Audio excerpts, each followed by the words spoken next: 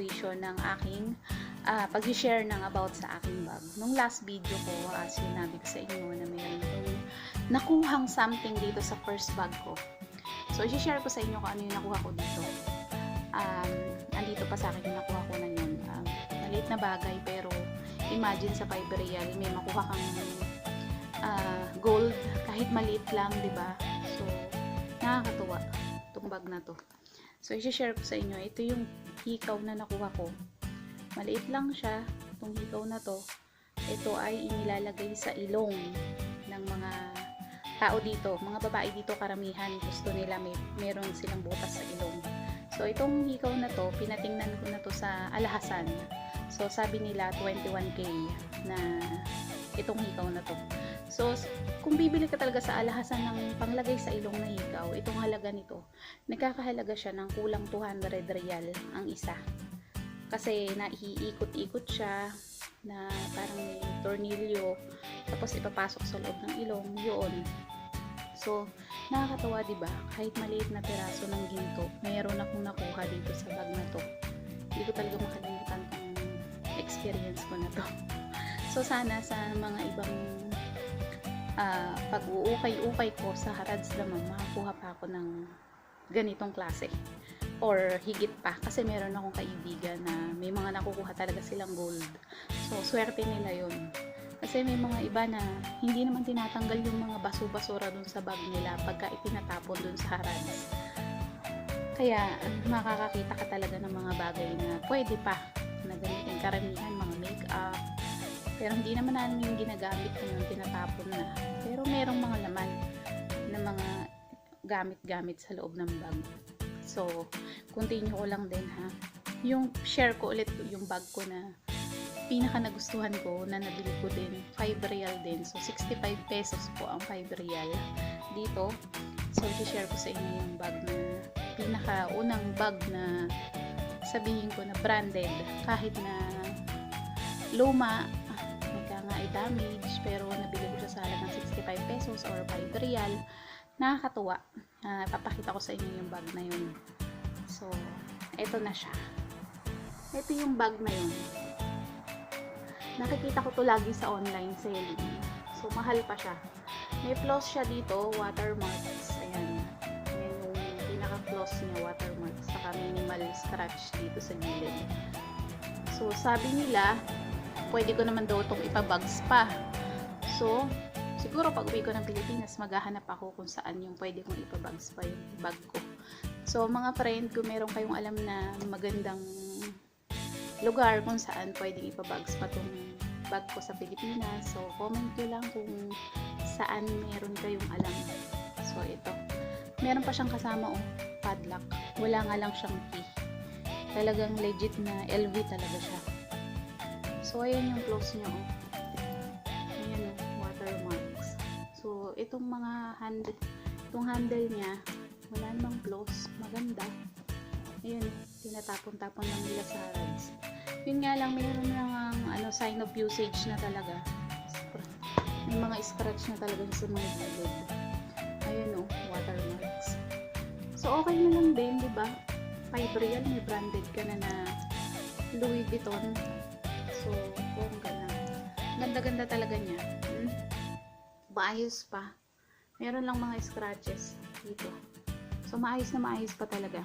Kung nanonood kayo ng Facebook, meron dun mga nagla-live selling na nagbebenta ng mga branded na bag. So, dito, kung talagang matyaga ka na maghanap dyan sa Harrods, makakakita ka talaga ng mga branded na bag. Gaya ako, nung last time na nagpunta ako ng Harrods, sobrang nagustuhan ko yung bag na Fendi bag na halagang 5 real, pero hindi ko alam kung magagamit ko ba ng maayos to. Itong nabili kong bag na to, share ko sa inyo ha. Ito. Ang ganda-ganda nitong Fendi bag na to. Sobrang nai-love ako sa kanya. Binigay siya sa akin sa halagang 5 real. Ayan ang ganda, diba? Original talaga siya. Original. So, ang karaniwan, pag Fendi bag, nagkakahalaga siya ng 5,000 na real, 6,000 na real. Ganyan yung, niya eh. Imagine, ang 1,000 real is 13,000 na kamo. So, ganun kamahal yung mga ganitong bag dito. Fendi bag. No? Original tong nakuha kong bag na to. Ang problema, hindi ko alam kung magagamit ko ba siya. Kasi, kailangan ko pa siyang ipaayos. Pero wala siyang kahit anong scratch sa gilid. Okay na okay pa. Okay na okay pa. Ang problema lang dito ay ang aking taran! Wala siyang magnet sa magkabila. Ayun lang yung problema. Ito, wala. So, kailangan ko pa siya ipaayos. Ano, para maging happy na ang aking bag na Fendi. Para sa 5 reals ko, meron akong Fendi bag. Kaya nga lang hindi ko siya pangrarampa sa ngayon kasi nga, ayun. Ayun o. Makita nyo naman talagang original siya. Original na made in ano talaga siya. Made in Roma. Ayan o. Ang ganda. Ang ganda-ganda talaga niya. Kaya lang yun lang yung problema ko guys. So sana matulungan nyo ko kung paano yun gagawin. So yun yung bag sharing ko na napakaganda nitong bag na to. Sana magkaroon pa ako ng maraming bag. Pero meron pa ako isang bag na talagang napakaganda. Na nagkakahalaga siya talaga ng 100,000 na nakuha ko sa Harrods. So i-share ko yun sa inyo sa aking next video. So abangan niyo yun. Yung aking journey dun sa pagkuha ng bag na yun na napakaganda. Na feeling ko nanalo ako sa loto dun sa part na yun. I-share ko yun sa inyo. Pero sa ngayon, ito muna yung aking sinishare na Fendi bag na napakaganda rin. Pero ito lang yung pinaka-plus niya. Hindi ako makamupon sa part na to. So, ayan. Yung magnetic dito. Pero all in all, ang ganda-ganda ng kanyang lahat.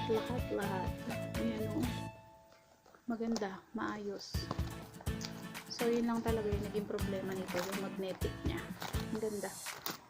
So, nanginayang ako, kaya binili ko siya kahit 5 real, 65 pesos. At least, baka sakali nagawaan ko ng paraan.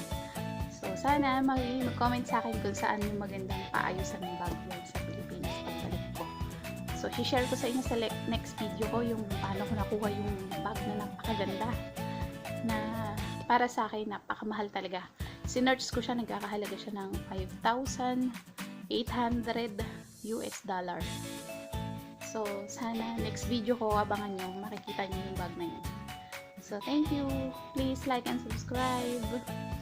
Thank you. God bless you. Good morning guys. Ayan o. Ayan yung mga bag dito. Kita nyo naman itsura. Diyan mo pipiliin yung bibilin mo. Daming tao dito guys. Oh. Daming mga tinda. Kung ano-ano. So ngayon pipili ako ng bag dito. Kung meron tayong makikitang maganda. Okay. Daming tao.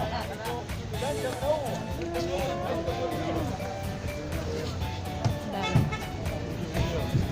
Ayan. Ay, bongga. So pipili na ako ng bag. Kung meron ditong maganda. Okay?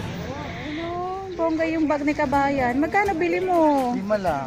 O, diba? Naka-LV siya. Hi! Ayan na. I-upload ko to sa YouTube. Diba? Bongga yung bag niya na nabibili dito. Diba? Bonggang-bongga. Ang bag na bongga. Ay, Kabayan, muntik na malaglag. Ito, oh. Louis Vuitton bag. Kaya lang, di na maganda yung condition niya. May mga cracks na, oh. Hindi na maganda. Kung maayos-ayos pa yan, pwede ko pa siyang kunin. Diba?